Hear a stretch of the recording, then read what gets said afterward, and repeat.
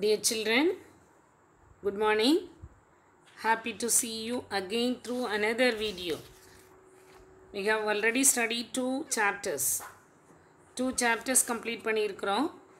See the first chapter, that is first chapter, that is the introduction to computer, and the second one number system. See, only two chapters that we have completed. Now we are going to study about computer organization, that is the third chapter. Computer organization, that is the third chapter of your book. Page number 41. Take page number 41. Okay, yeah? Yes. See, while we studying these chapters, we are going to know the organization of the computer and their components. And also we know the processor and their characteristics. Also the importance of memory devices and the classification of memory, and about cache memory. Everything we have studied in this video. Okay, Anna? Check. Now we are going to see the chapter computer organization. This video deals with the concepts, basic of microprocessor, characteristics of microprocessor, data communication between CPU and memory, types of microprocessor and memory devices. This much is covered in this video. Okay, first we are going to see about the basics of microprocessor. Yes, before that, the basics of microprocessor study பண்றதுக்கு முன்னாடி we need to know the two concepts: computer organization, computer architecture. See, computer organization and computer architecture is similar concepts. பார்க்குறப்ப ஒன்று போல தான் தெரியும். But computer architecture deals with the engineering considerations involved in designing the computer. On the other hand, computer organization deals with the hardware components. ரெண்டையும் கொஞ்சம் நல்லா கரெக்டாக classify பண்ணிக்கோங்க. The classification between organization and the architecture. And also the thing here, organization, நம்ம பார்க்குறது organization, it deals with the hardware components of the computer system, that is input output devices, central processing unit, and the storage devices and primary memory. Okay, yeah? Yes. First concept, that is basics of microprocessor. Yes, you know what is a microprocessor. Microprocessor na enna அப்படினு சொல்லி பார்த்தோம்னா, first of all you turn to page number 41. Microprocessor, it is an integrated circuit chip. Integrated circuit chip 41 எடுத்து வச்சுக்கோ. அதில் basics of micro processor பார்த்துட்டே வா. சரி, okay. Basics see, in 1970 a great breakthrough in the generation of computer. After the invention of microprocessor, computer structure, organization, everything changes. The according to the name microprocessor, the computers அதனுடைய அந்த நேமே கால் பண்ணுற மாதிரி ஆயிடுச்சு. MUP microprocessor. இந்த microprocessor in the earlier stage, the first microprocessor was developed by Intel 4004, IC 4004. அதாவது microprocessor அப்படின்னு சொன்னால், what is microprocessor அப்படின்னா, ஒரு தேர்ட் ஜெனரேஷன் கம்ப்யூட்டர், அந்த அதுக்கு முன்னாடி செகண்ட் ஜெனரேஷன்லாம் இன்புட் யூனிட் தனியாக, அவுட்புட் யூனிட் தனியாக, and again processing, every units are individual. அப்போ இதை லிங்க் பண்ணி அதை கொண்டு வரது it is some difficult. So here microprocessor it itself has all these units clubbed together. உள்ளேயே இருக்குது. The microprocessor அப்படின்னு சொல்லி எடுத்துக்கிட்டோன்னு சொன்னால், it has three main units. பாரு, arithmetic logical unit, arithmetic logic unit, and again control unit, registers. See the word CPU அப்படின்னு சொல்லி படிச்சிருப்போம். CPU, central processing unit. This central processing unit indirectly represent the microprocessor. CPU அப்படிங்கிற அந்த ஒன்று மைக்ரோப்ராசஸரை வச்சு தான் நம்ம பேசுகிறது. So indirectly it represents the microprocessor. So it is classified into 3 units. They are arithmetic and logic unit, and again control unit, registers. Okay, what is arithmetic and logic unit? It is used to perform arithmetic and logical operation based on computer instructions. Then again, control unit எடுத்துக்கிட்டேன்னா overall entire operations carried over here. And registers, name, it is also called as internal memory. It is used to hold the instruction and data for the execution of the processor. Okay, yeah? See, அப்போ இங்கே நீ பார்த்தேன்னா இதில் வந்து உனக்கு ஒரு micro ப்ராசஸருக்கு ஒரு அருமையான ஒரு சின்ன குட்டியாக ஒரு டயக்ராம் கொடுத்துருக்காங்க. Input, then in every data and information is given to the microprocessor, and again it is given back to microprocessor, execute all the data and information, and it is given to output unit or either to memory. See, characteristics of microprocessor. See, microprocessor அப்படின்னு சொன்னால் it is an IC chipனு பார்த்தோம். It refers to CPUனு பார்த்தாச்சு. It has 3 unitsனு பார்த்தோம். அதனுடைய characteristics, everything has ஒன்னொன்றுக்கும் ஒரு characteristics இருக்கும். See, microprocessor has its own characteristics. They are clock speed, instruction set, word size. அப்போ மைக்ரோப்ராசஸரோட performance design, அதாவது டிஃபைன் பண்ணுறது this characteristics. They are clock speed, instruction set, and word size. See, the first character, that is clock speed. Clock speed எடுத்துக்கிட்டோன்னா every system, நீ எந்த system on பண்ணாலும் it has an inbuilt internal clock. It regulates the speed of the instruction. The speed at which the microprocessor executes the instruction is called as clock speed. The speed is measured in terms of hertz. That is, it is measured in terms of megahertz or gigahertz. அப்போ hertz, இந்த வேர்டை ஞாபகம் வைக்கணும். Hertz, page number 42ல் ஒரு speed மெஷர்மெண்ட்னு ஒரு passage இருக்குது பாரு.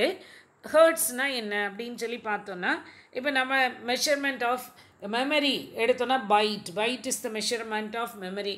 Then it ranges from byte, bit, byte, kilobyte, terabyte, megabyte எல்லாம் போயிட்டே இருக்குது. ஓகே, அதை லீவ் அவுட் பண்ணிவிட்டு இப்போ ஹர்ட்ஸுக்கு வருவோம். It is the unit of measurement used for measuring frequency. அதாவது frequency is measured in cycles per second. And again here, see, hertz is commonly used to measure the wave frequency such as sound wave, light wave, radio wave. For example, நம்ம human ear can detect the sound waves between 20 and 20,000 hertz தான். அதுக்கு மேலே போச்சுதுன்னா நம்ம காதுகளுக்கு கஷ்டப்படும். எங்கேயாவது மெஷின்லாம் எரிஞ்சதுன்னா நம்ம கஷ்டப்படுதில்ல. we can bear only 20 to 20,000 hertz தான். The low pitch is called as bass frequency and the higher pitch is called as treble frequency. Okay, இதை நீங்கள் கொஞ்சம் நல்ல பார்த்து வச்சுக்கோங்க இதில். And again it is used to measure hertz அப்படின்னு சொன்னாலே ஞாபகம் வரணும். It is used to measure the frequency. It is measure the CPU clock speed. CPU is rated at the specific clock speed and it is measured in terms of megahertz and gigahertz. Next one is instruction set. Instruction, command which is given to the computer to perform an operation, that is called as instruction. Basic set of machine level instruction. என்னென்ன instruction, இப்போ ஒரு வேளை ஒரு pet animals நம்ம வந்து வளர்த்துட்ருக்குறோம். அப்போ என்ன பண்ணுவோம், அதுக்கு நிறைய கமெண்ட்ஸ் சொல்லி தருவோம். கோ தேர், லை டவுன், கம் ஹியர், அந்த மாதிரி. see, every instruction, computer is a machine, it can understand specific words. அந்த வேர்ட்ஸ் நம்ம ட்ரெயின் பண்ணுற மாதிரி இருக்கணும். ஸ்பெஷல் கீவேர்ட்ஸ், அந்த ஸ்பெஷல் கீவேர்ட்ஸ் அது என்ன இன்பில்ட்டாக அந்த கீவேர்ட்ஸ் எல்லாம் என்னன்னு பாரு. Design to execute, they are called as instruction set. For what this instruction set? எதுக்காக? To transfer data, to manipulate arithmetic operation, and again to do logical operation, for control flow and input output. Again repeat பண்ணுறேன். The instruction set carries the following operation. They are data transfer, arithmetic operation, logical operation, control flow and input output. Okay amma? அப்போ characteristics of microprocessor second one பார்த்துட்டோம். Then third one, word size. Word size அப்படின்னு எடுத்துக்கிட்டோம்னு சொன்னால் the number of bits that can be performed by the processor in a single instruction. ஒரு இன்ஸ்ட்ரக்ஷனுக்கு எவ்வளோ size accommodate பண்ணுது, இதை வச்சு தான் இந்த மைக்ரோ ப்ராசஸரை டிசைன் பண்ணுறோம். It determines the amount of RAM that can be accessed by a microprocessor. Okay, அப்போ இப்போ நம்ம என்ன பார்த்தோம், characteristics of microprocessor. It depends on the following three characters. They are clock speed, instruction set and word size. Okay, then the next one is data communication between CPU and memory. நம்ம CPU and memory ரெண்டுக்கும் நடுவில் என்ன, CPU and memoryக்கு என்னென்ன communication இருக்குது, எப்படி நம்ம transfer பண்ணுறோம் அப்படிங்கிறத பார்க்க போகிறோம். அந்த மெமரி அப்படின்னு எடுத்தோன்னு சொன்ன உடனே உனக்கு ஞாபகம் வரணும் registers, internal memory. there are so many registers. என்னெல்லாம் அப்படின்னு பாரு, MDR, MAR, ப்ரோக்ராம் கவுண்டர். முதல்ல இந்த மூணையும் பார்க்கலாம். First MDR, memory address register. Then again memory data register, MDR. then PC, program counter. அப்போ MAR பேர்லே பாரு, it carries only address. and again next memory data, it carries only data which is to be transferred between the memory and the CPU. program counter உடைய usage என்னது, it is a special register in the CPU which always keeps the address of the next instruction to be executed. PC program counter உடைய usage பார்த்து வச்சுக்கோ, next instruction உடைய address-ஐ hold பண்ணுற ஒரு register. then again next one, arithmetic and logic unit. it places the address of the memory to be fetched into the memory address register. இந்த PC உடைய முக்கியமான பண்பு ரெண்டு இருக்குது. ஒன்று next instruction to be executed. Then the next one, the arithmetic logic units of CPU places the address of the memory to be fetched into the address register. இந்த PCன்னு சொன்ன உடனே ஞாபகம் வர வேண்டியது address of the next instruction. It is used to place the address of the memory to be fetched into the memory address register. Okay, then again the word bus. busனா என்ன, mobile பண்ணுறதுக்கு ஒரு இடத்துலேருந்து ஒரு இடத்துக்கு. நம்ம நார்மலாக பொதுவாகவே எல்லாம் நோன் டு அன்னோன் தான். நம்ம நார்மல் யூசேஜில் என்னென்ன பேசுகிறோமோ அது பஸ் ட்ரான்ஸ்ஃபர் பண்ணுறதுக்கு, ஒரு இடத்துலேருந்து மொபைல் பண்ணுறோம் இங்கேருந்து எங்கேயாவது போகிறதுக்கு. அதே தான் இங்கேயும் பாரு, இந்த பஸ் என்னது பாரு, collection of wires used for communication between the internal components of computer. Computer உள்ளுக்குள்ளே இருக்கிற இன்டர்னல் காம்போனன்ட்ஸை connect பண்ணுறதுக்கு between the internal component. it's simply a wire, simply called a wire. then again பஸ்ன்னு எடுத்துக்கிட்டோன்னா என்ன பண்ணுறோம் பாரு, இந்த நெக்ஸ்ட் வேர்ட் சைஸ் அப்போவே பார்த்தோம், அதை குறித்து இன்னும் ஒரு காரியம் சொல்லிடுறேன்.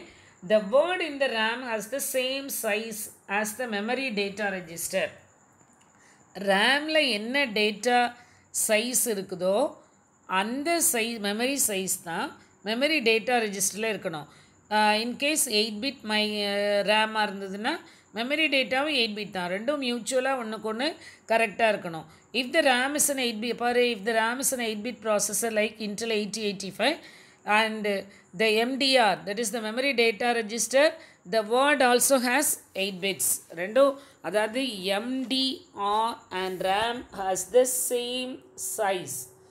MDR and the RAM has the same memory size. then again the next one, types of microprocessor. types of, first என்ன பார்த்தோம், characteristics of microprocessor. it is distinguished by clock speed, instruction set and word size. and again the communication between CPU and memory பார்த்திருக்கோம். now we are going to see about types of microprocessor. what are the types அப்படின்னு பார்த்தோம்னா, microprocessor, with the help of microprocessor computer எல்லாமே design அதனோட overall entire குவாலிட்டியை design பண்ணுறதே இதுதான்.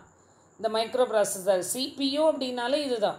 So இதை ரெண்டாக நம்ம microprocessor is classified as 2, based on the data width and based on instruction set.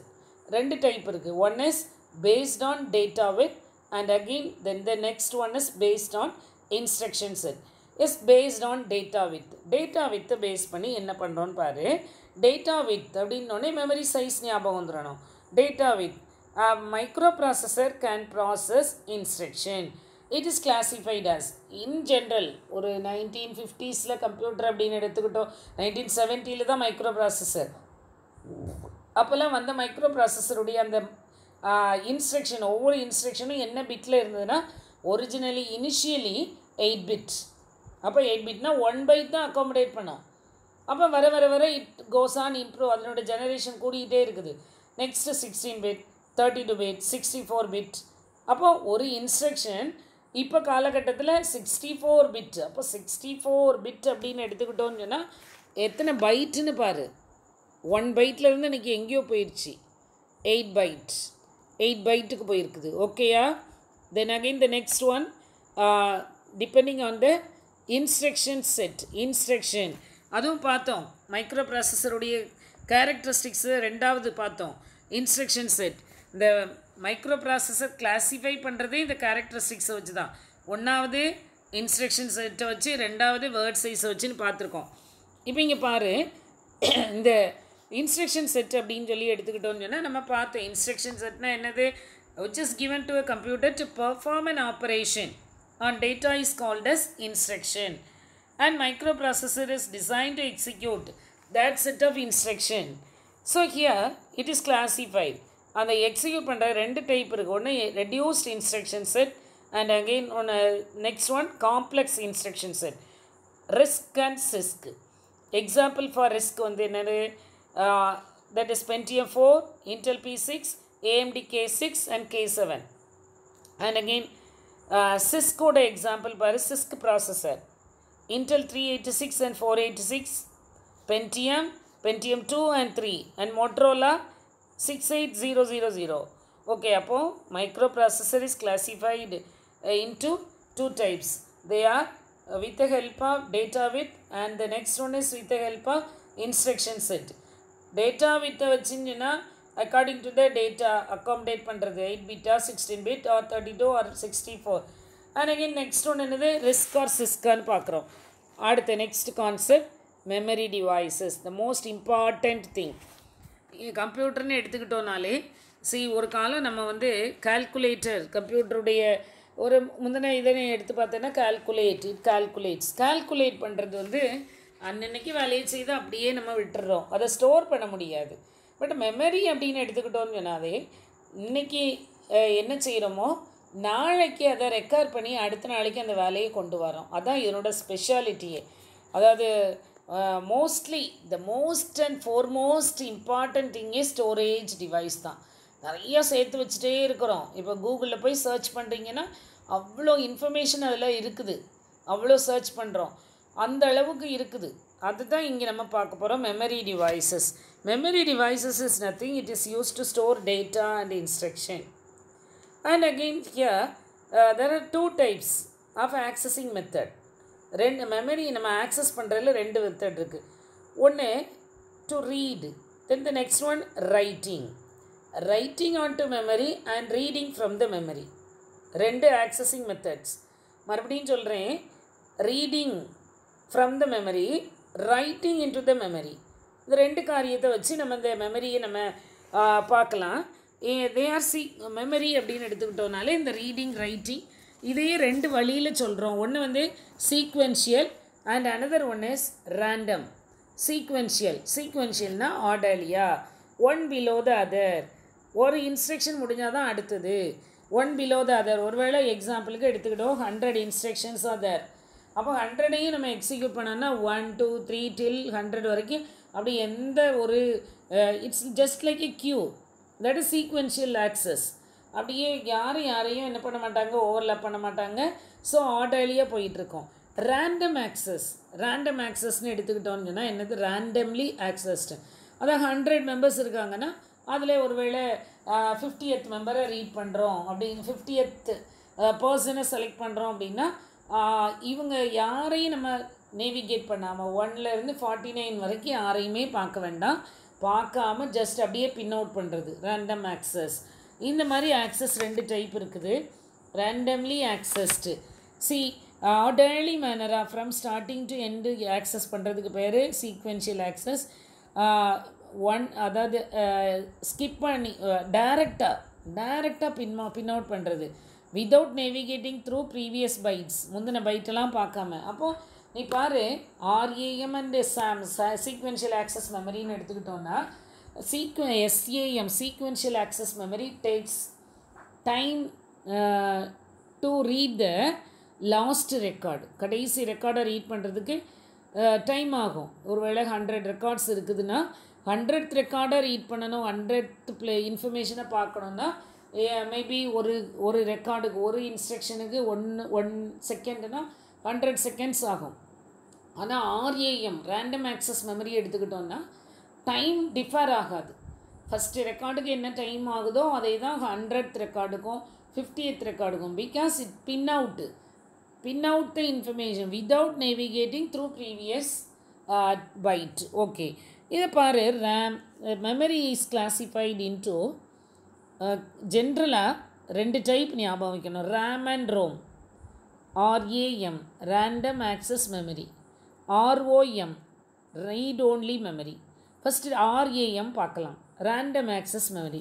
RAM randomly, இப்போ தானே சொன்னேன் உனக்கு random access memory. This is available in computer in the form of IC, integrated circuit.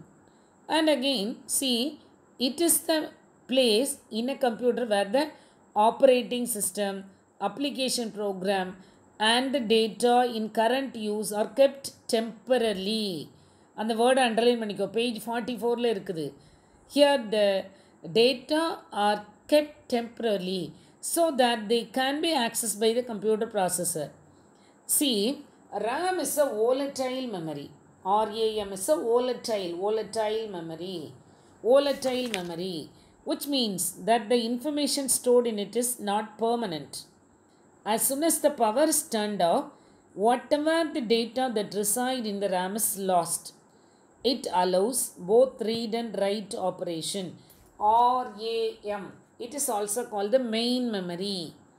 It is a volatile memory. Whatever the information is stored, it is not permanent. As soon as the power is turned off, the data reside get lost. Okay, types of RAM. There are 2 types, dynamic and static. Dynamic எடுத்துக்கிட்டோன்னு சொன்னால் என்ன differ ஆகுதுன்னு பாரு. Dynamic change ஆகுறது, refresh frequently, need to be refresh frequently. Static அப்படி இல்லை, refresh less ஆஃபனாக தான் இருக்கும், which makes it faster. Hence static RAM is more expensive than dynamic RAM. Because static RAM ஏன் கூடன்னு பாரு. static RAM needs to be refreshed less often. எப்போவாது ஒரு நேரம் அது ரெஃப்ரெஷ் பண்ணால் போதும். ஆனால் டைனமிக் அப்படி இல்லை, அக்கேஷனாக ரெஃப்ரெஷ் பண்ணணும். There are 2 types of RAM. They are dynamic and static. See, what is RAM?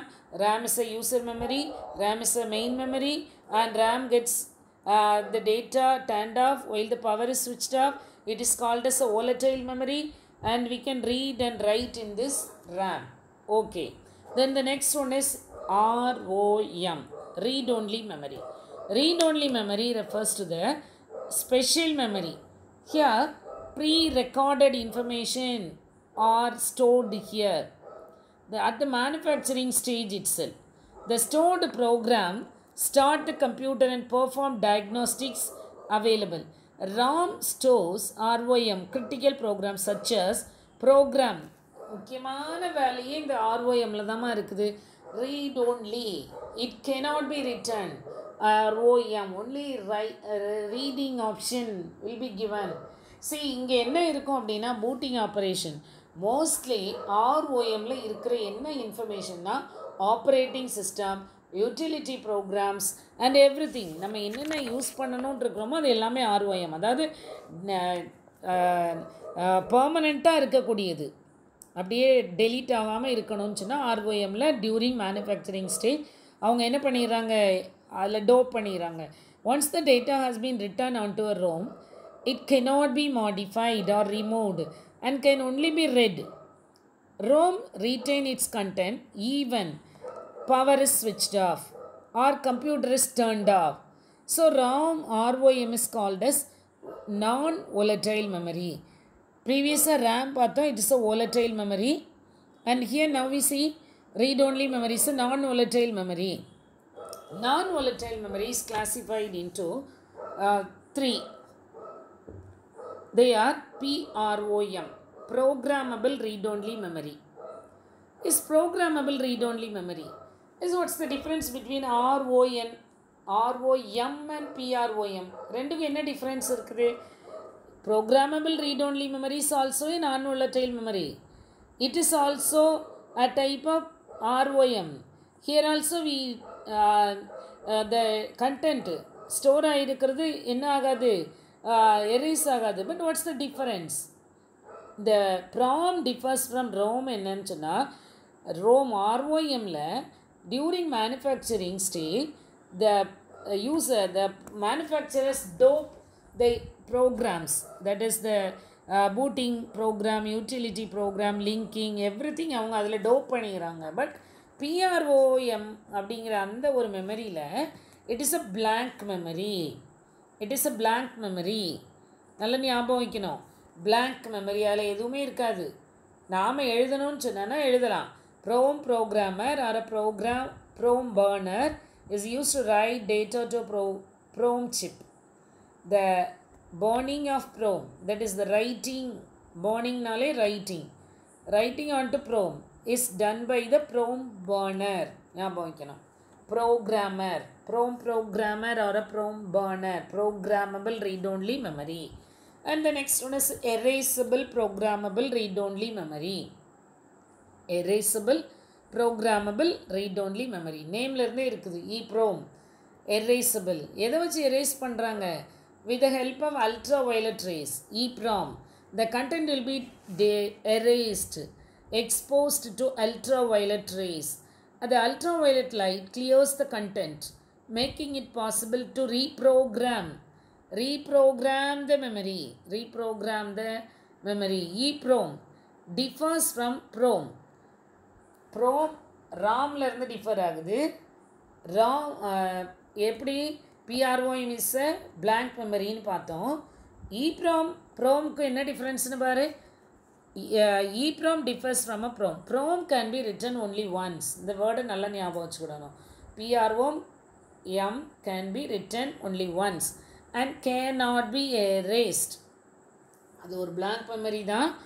Once அதில் நம்ம ப்ரோக்ராம் பண்ணிட்டோம் அப்படின்னு சொன்னால் we cannot erase, written only once. ஆனால் EPROM அப்படி கிடையாது. EPROM we can erasable. It is through ultraviolet rays and it is most probably used in personal computer because they enable the manufacturers to change the content of the PROM to replace the updated version to or erase the content before the computer is delivered. பார்த்துட்டிங்களா? அப்போது ROM PROMக்கு என்ன different? PROM is a blank memory. EPROMக்கு என்ன different?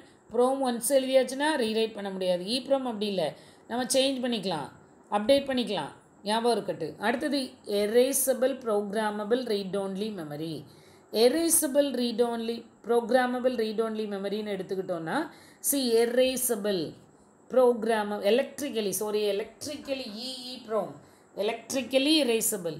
அப்போ எதை expose பண்ணி electrical சார்ஜரை expose பண்ணி இதை நம்ம என்ன பண்ணுறோம், டேட்டாவெல்லாம் கண்டென்ட்டை டெலீட் பண்ணி அதில் சேஞ்சஸ் பண்ணுறோம். Comparing all the above memory ROM, PROM, EPROM. EPROM is slower in performance. சரி, okay. Then the next one cache memory. Cache மெமரினா என்ன? இன்றைக்கி கேட்ச் மெமரியோட யூசேஜ் ரொம்ப ஜாஸ்தி. இந்த cache memory it's a very high speed memory. ரொம்ப ஸ்பீடான மெமரி, வேகமாக வேலை செய்யும். எப்படி வேலை செய்யுதுன்னு பார்த்தேன்னா இதில் பாரு, கேட்ச் மெமரியினுடைய அந்த ஒரு அரேஞ்ச்மெண்ட் கொடுத்துருக்கு பாரு. CPU கேட்ச் மெயின் மெமரி இருக்கா? இந்த படத்தை பாரு, உன்னுடைய புக்கில் 45 பேஜில் இருக்குது. ஓகே, இந்த கேட்ச் மெமரி என்ன பண்ணுது அப்படின்னா, it is a mediator between central processing unit and main memory. இப்போ இந்த மெயின் மெமரி பக்கத்தில் உன்னோட புக்கில் எழுதி வச்சுக்கோ, தட் இஸ் RAM. ஓகேயா?